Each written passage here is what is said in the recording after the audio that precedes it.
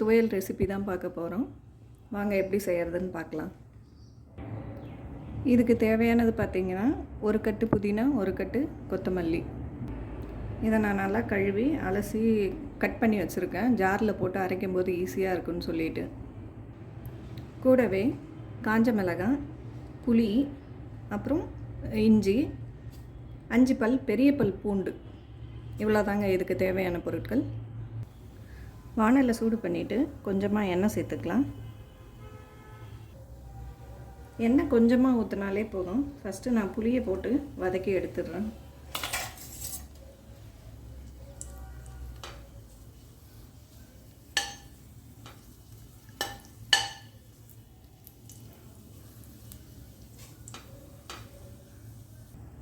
புளியை இந்த மாதிரி லைட்டாக வதக்கி எடுத்தாச்சு. இப்போ காஞ்ச மிளகாவை சேர்த்து வதக்கி எடுத்துக்கலாம். இப்போ அடுத்தது இஞ்சியும் பூண்டையும் சேர்த்துக்கலாம்.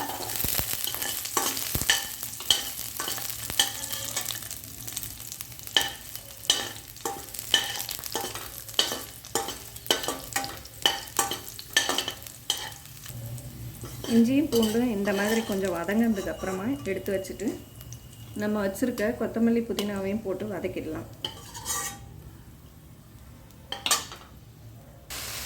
புதினாவும் கொத்தமல்லியும் நான் அடித்தண்டை மட்டும் வெட்டி எடுத்துகிட்டு மற்றதை அப்படியே சேர்த்துக்கிட்டேன். எனக்கு தண்டை வேஸ்ட் பண்ண விருப்பம் இல்லை, அதனால் நான் அப்படி செஞ்சுட்டேன். உங்களுக்கு புதினாவில் தண்டோடு செய்ய வேணாம்னு நினச்சிங்கன்னா நீங்கள் புதினாவை ஆஞ்சிட்டு நீங்கள் செய்யலாம். மீடியம் ஃப்ளேம்லேயே வச்சு நீங்கள் கொஞ்சம் நேரம் வதக்கினா போதும். ரொம்ப நேரம்லாம் வதக்கணும்னு அவசியம் இல்லை.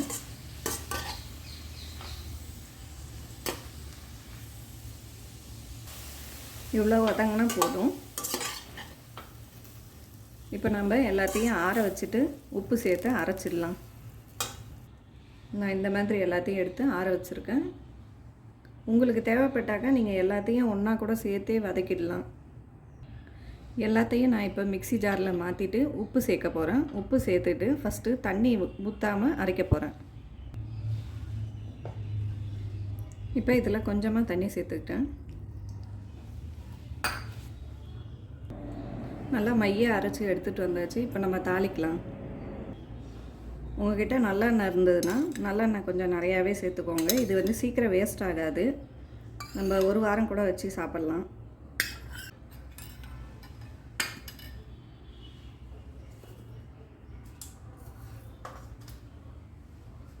எண்ணெய் நல்லா காஞ்சதும் கடுகு சேர்த்துக்கோங்க.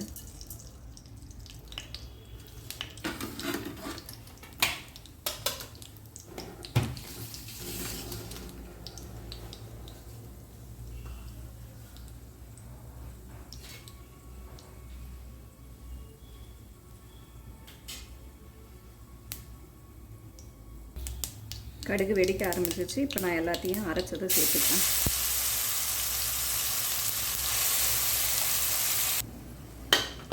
மிக்ஸி ஜார்லேயும் கொஞ்சமாக தண்ணி சேர்த்து நான் சேர்த்துட்டேன்.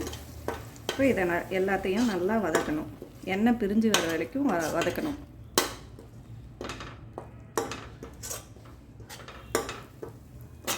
நீங்கள் ஹை ஃப்ளேமில் வைக்கிறீங்கன்னா கை விடாமல் அதை கிண்டிக்கிட்டே இருங்க. இல்லைனா மீடியம் ஃப்ளேமில் வச்சு நீங்கள் மெதுவாக செய்யுங்க. இந்த ரெசிபி ரொம்பவே சுலபமானது, சீக்கிரமாக செய்யக்கூடியது. புதினா நம்ம வீட்டில் நிறையா இருக்குது. நம்ம ஏதாச்சும் செஞ்சு வைக்கணும்னு ஆசைப்பட்டோன்னா இந்த ரெசிபியை கண்டிப்பாக செஞ்சு வைங்க.